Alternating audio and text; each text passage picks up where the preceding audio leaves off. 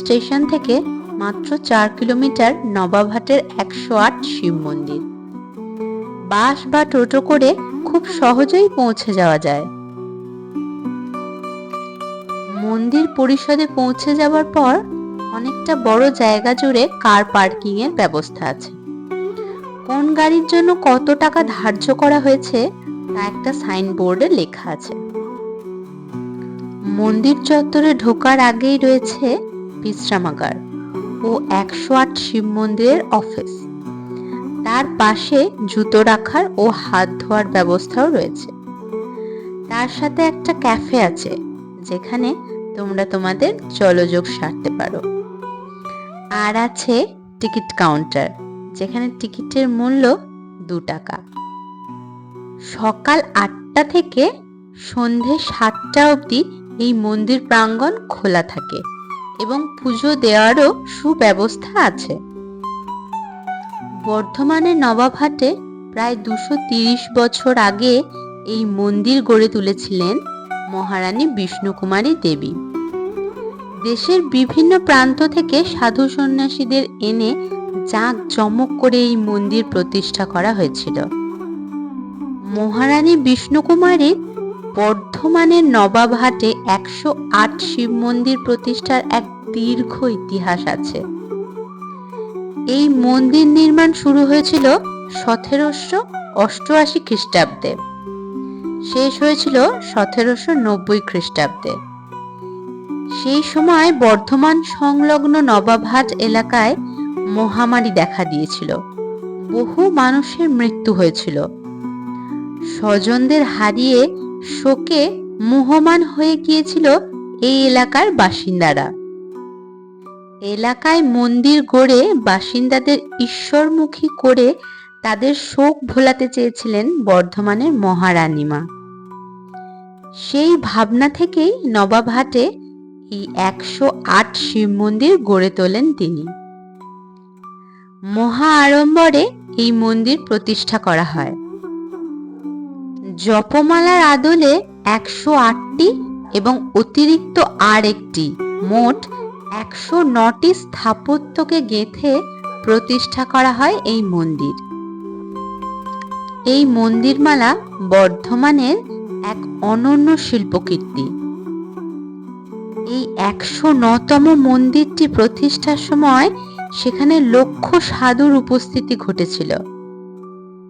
তাদের পদধূলি রাজপরিবার একটি সোনার কলসিতে সংরক্ষণ করে রেখেছিল।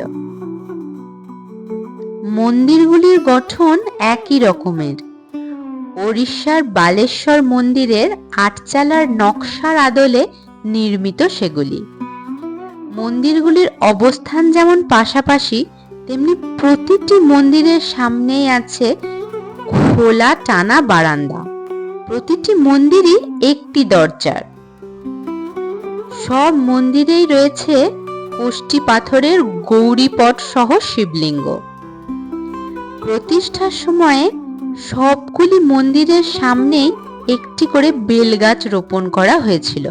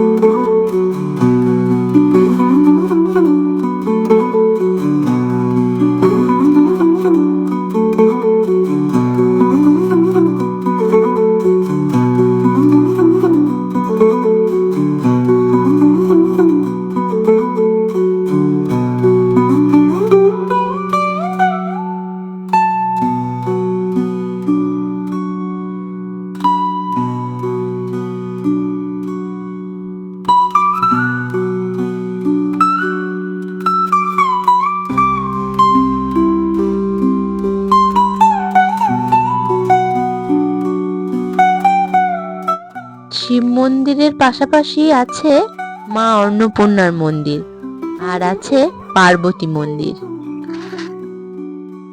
মূল মন্দিরের পাশাপাশি এই 108 শিব মন্দিরেও নিত্য পুজো হয়। মহাশিবরাত্রি তিথিতে এখানে লক্ষ লক্ষ ভক্তের সমাগম হয়।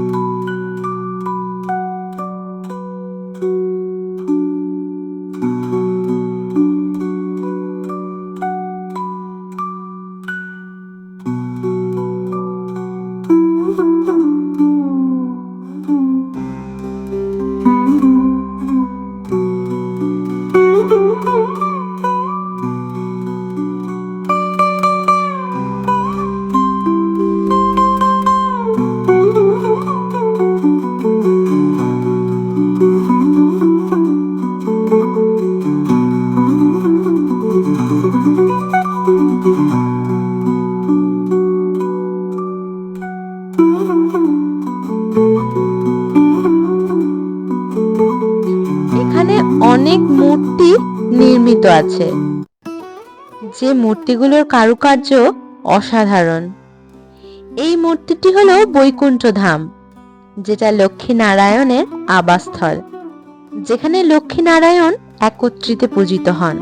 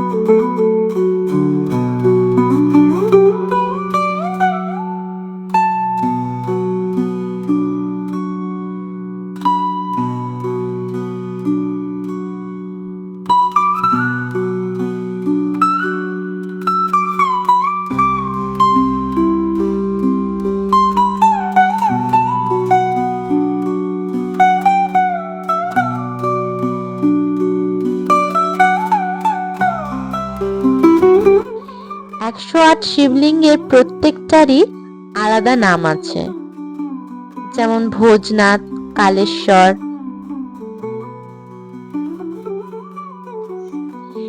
এই হলো মানদ নন্দী পার্ক, যেখানে বসে রয়েছেন স্বয়ং দেবাদিদেব মহাদেব এবং তার পাশেই নন্দী মহারাজ। তার সাথে আছে 108টি ঘন্টা। বলা হয় যে কোনো মনস্কামনা যদি ভোলানাথের ষাঁড়ের কানে বলা হয়, সেই মনস্কামনা খুব তাড়াতাড়ি পূর্ণ হয়। এই বিশাল বটবৃক্ষে বহু মানুষ ধাগা বেঁধে মানত করেন।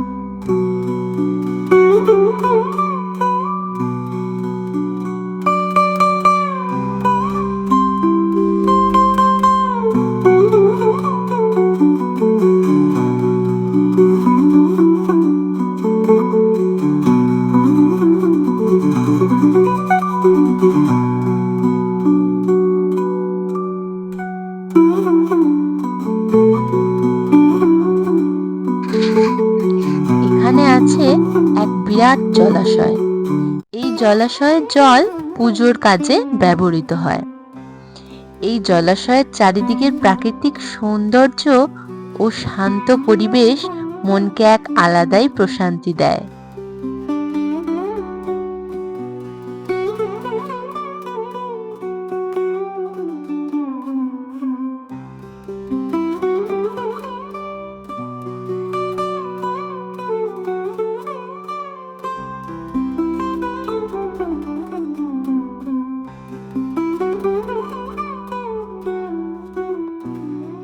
নবাবহাটের 108 শিব মন্দিরের প্রবেশদ্বার পশ্চিমমুখী। প্রবেশপথের সামনেই তৈরি করা হয়েছে একটি কৃত্রিম পাহাড়। সেই পাহাড়ের সামনে আছে বেশ বড় আকারের হরগৌরীর মূর্তি, একটি নটরাজ মূর্তি আছে, আর আছে একটি বজরংবলীর মূর্তিও।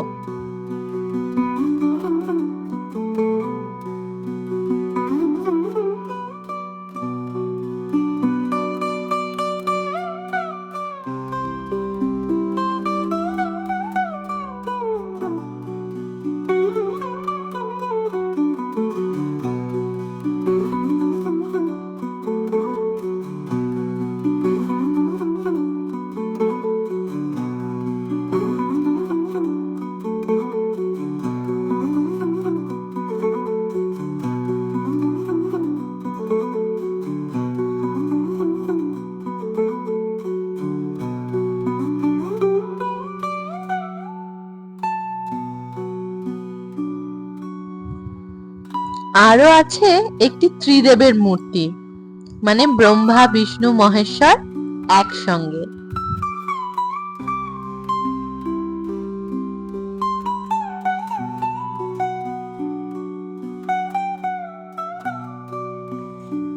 বর্ধমানের 108 শিব মন্দির শুধু এক ধর্মীয় স্থানই নয়, এটি আমাদের ঐতিহ্য, সংস্কৃতি ও ইতিহাসের নিদর্শন।